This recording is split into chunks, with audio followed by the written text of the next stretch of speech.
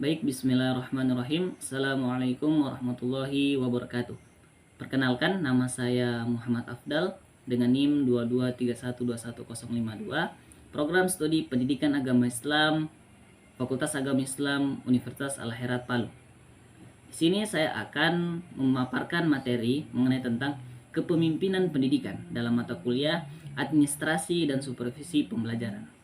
Baik, yang pertama, kepemimpinan pendidikan menginspirasi perubahan yang berkelanjutan. Kepemimpinan pendidikan adalah kunci untuk menciptakan perubahan yang berkelanjutan di dunia pendidikan.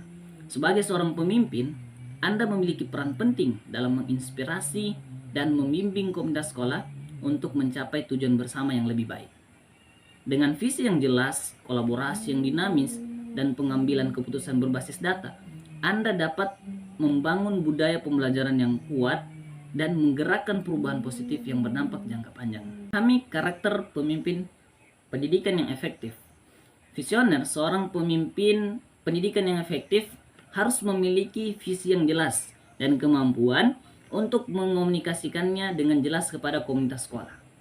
Mereka dapat melihat ke depan dan membayangkan potensi perubahan yang dapat dibawa. Kolaboratif, pemimpin pendidikan yang efektif mampu membangun tim yang solid dan mendorong kolaborasi antara para pemangku kepentingan. Mereka dapat menyatukan berbagai sudut pandang dan keahlian untuk mencapai tujuan bersama. Berorientasi pada pertumbuhan. Pemimpin yang efektif selalu berusaha untuk mengembangkan potensi guru, staf, dan siswa. Mereka menciptakan lingkungan yang mendukung pembelajaran dan mengembangkan diri secara terus-menerus. Fleksibel.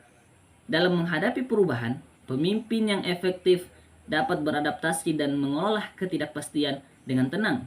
Mereka terbuka terhadap umpan balik dan terus-menerus belajar untuk memperbaiki praktik kepemimpinan mereka. Visi dan misi, panduan strategis pemimpin pendidikan. Yang pertama, mengembangkan visi. Pemimpin pendidikan yang efektif dapat merumuskan visi yang inspiratif dan memotivasi seluruh komunitas sekolah. Visi ini menjadi kompas yang mengarahkan setiap upaya untuk mencapai tujuan bersama. Yang kedua, menetapkan misi. Misi memberikan arah yang jelas bagi pelaksanaan visi. Pemimpin pendidikan harus mampu menjabarkan misi dalam sasaran-sasaran yang terukur dan terjadwal, sehingga kemajuan dapat dipantau secara berkala. Yang ketiga, mengomunikasikan dengan efektif. Visi dan misi harus dikomunikasikan dengan jelas dan berulang-ulang kepada seluruh pemangku kepentingan.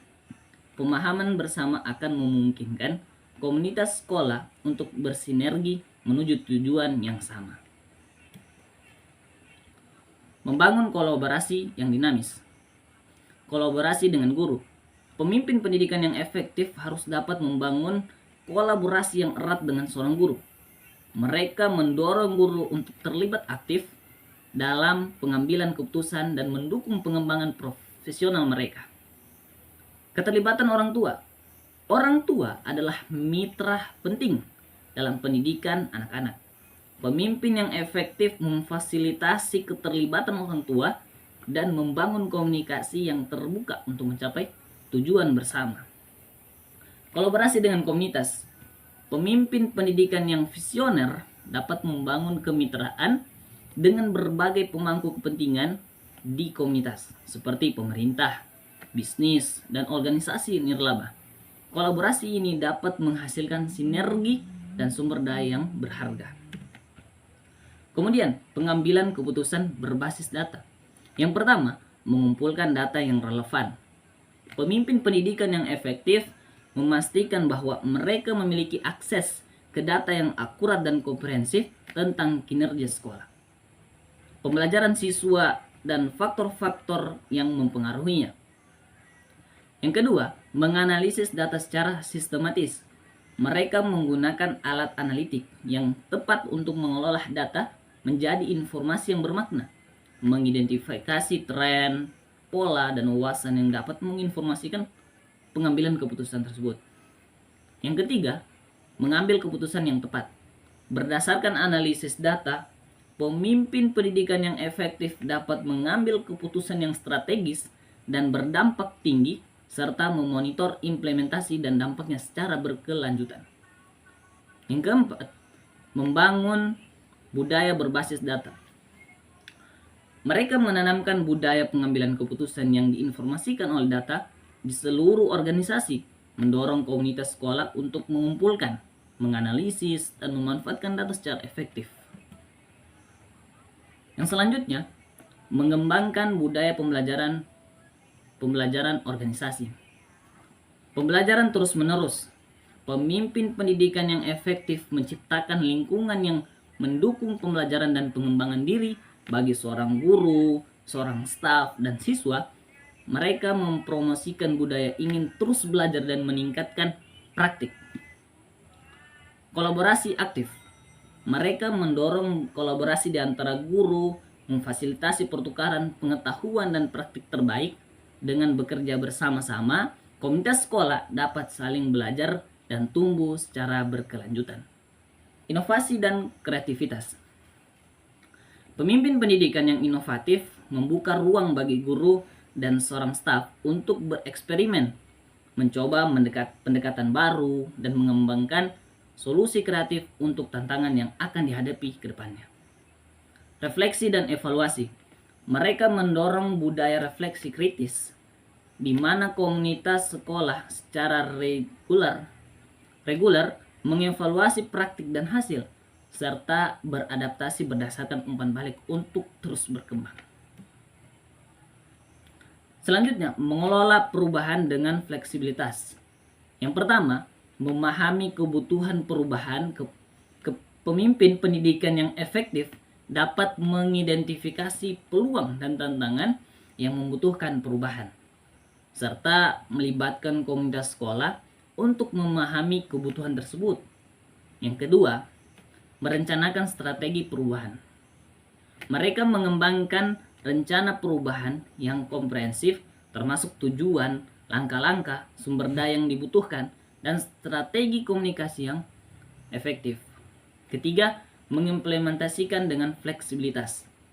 Dalam fase implementasi, pemimpin yang efektif dapat beradaptasi dengan cepat terhadap kendala dan umpan balik, serta terus melakukan penyesuaian untuk memastikan keberhasilan perubahan tersebut.